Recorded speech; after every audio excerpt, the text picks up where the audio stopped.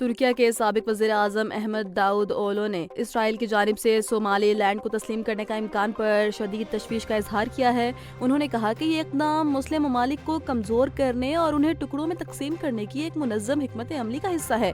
احمد داؤد کے مطابق اسرائیل خلیج عدن سے بحیرہ احمر تک واقع بربیرا بندرگاہ تک رسائی حاصل کرنا چاہتا ہے، جس کے نتیجے میں مصر اور سعودی عرب جیسے اہم مسلم ممالک اس کے گھیراؤ میں آ سکتے ہیں۔ سابق ترک وزیر اعظم نے زور دیا کہ ترکیہ، مصر اور سعودی عرب کو مل کر امریکہ اور برطانیہ کی قیادت سے رابطہ کرنا چاہیے تاکہ اس ممکنہ خطرے کا بروقت ادراک کیا جا سکے۔ ان کا کہنا تھا کہ اگر بروقت اقدامات نہ کیے گئے تو تاریخ ان ممالک اور رہنماؤں کو ذمہ دار ٹھہرائے گی۔ وزیر اطلاعات و ثقافت پنجاب عظمہ بخاری نے کہا ہے کہ پنجاب بلدیاتی انتخابات کے لیے تیار ہے اور انتخابات کی تاریخ کا انتظار ہے۔ انہوں نے نجی ٹی وی پروگرام میں گفتگو کرتے ہوئے بتایا کہ مسلم لیگ نون نے حالیہ ضمنی انتخابات جیتے اور چاہتے ہیں کہ بلدیاتی انتخابات جلد ہوں تاکہ عوام کو واپسی کا راستہ دکھایا جا سکے۔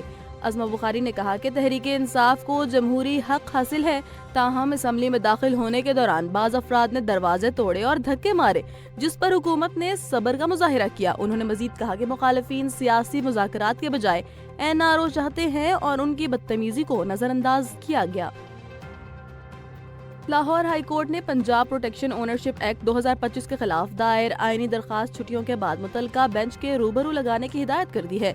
جسٹس فیصل زمان خان نے PTI کے 2 MPs کی درخواست پر سماعت کے دوران ریمارکس دیے کہ اس معاملے کو سیاسی نہ بنایا جائے کیونکہ یہ غریب شہریوں کی جائیدادوں سے متعلق ہے۔ عدالت نے سوال اٹھایا کہ درخواست گزار MPs کی اسمبلی میں اس ایکٹ کے خلاف کوئی موقف کیوں نہیں اپنایا۔ عدالت نے وکیل اظہر صدیق کو درخواست واپس لینے کا مشورہ دیتے ہوئے کہا کہ کسی متاثرہ شہری کی جانب سے درخواست دائر کی جاتی تو بات قابل فہم ہوتی۔ درخواست میں موقف اپنایا گیا کہ ایکٹ آئین سے متصادم ہے کیونکہ اس میں سول عدالتوں کا اختیار ختم، انتظامیہ کو عدالتی اختیارات دینا اور وکیل کے ذریعے پیشی کی اجازت نہ دینا شامل ہے۔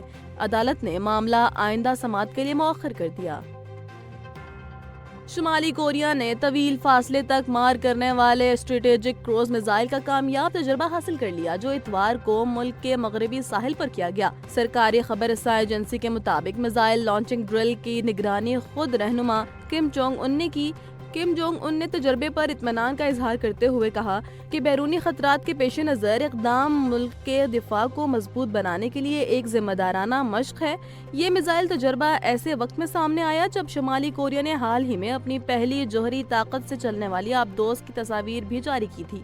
دوسری جانب جنوبی کوریا نے اس تجربے پر تشویش ظاہر کرتے ہوئے اسے خطے کے امن اور استحکام کے لیے نقصان دہ قرار دیا۔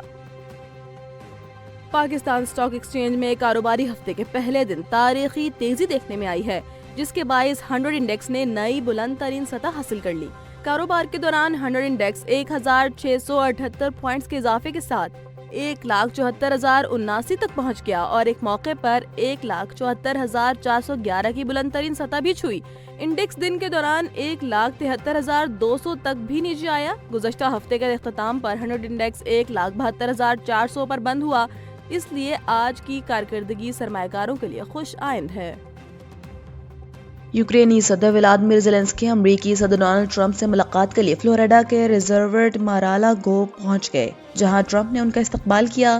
میڈیا سے گفتگو میں صدر ٹرمپ نے کہا کہ روسی صدر پیوٹن امن کے لیے سنجیدہ ہیں اور یوکرین اور روس دونوں امن معاہدہ چاہتے ہیں۔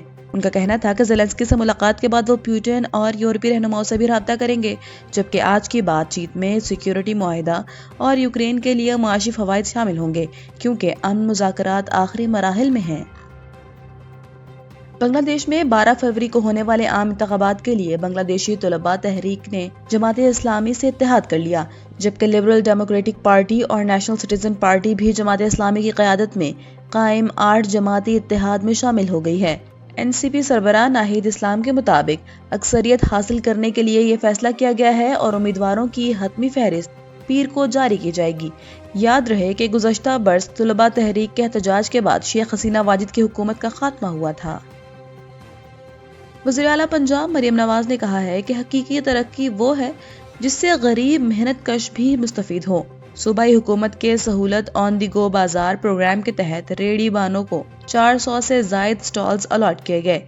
لاہور میں 10 مقامات پر بازار قائم ہو چکے ہیں، جبکہ فروری تک مزید 5 مقامات پر بازار فعال ہوں گے، جہاں پھل، سبزیاں، چکن اور کریانہ اشیاء ڈی سی ریٹس پر سال بھر دستیاب ہوں گی۔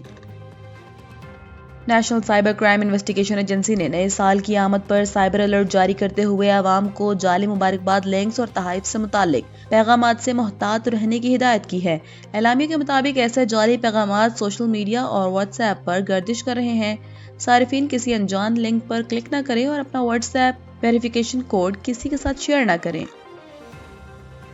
اسلام آباد میں 1 جنوری 2026 سے بغیر ایم ٹیگ گاڑیوں کا داخلہ ممنوع قرار دے دیا گیا ہے۔ ڈپٹی کمشنر عرفان میمن کے مطابق ایم ٹیگ کے لیے 16 مقامات پر پوائنٹس قائم ہیں اور اب تک تقریباً 1 لاکھ گاڑیاں ایم ٹیگ حاصل کر چکی ہیں۔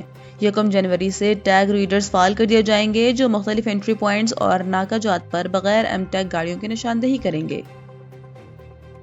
نائب وزیر اعظم اور وزیر خارجہ اسحاق ڈار نے صومالیہ کے وزیر خارجہ عبدالسلام عبدی علی کے ساتھ ٹیلی فونک گفتگو میں صومالیہ کی خود مختاری اور علاقائی سلامتی کے لیے پاکستان کی مکمل حمایت کا اعادہ کیا ہے۔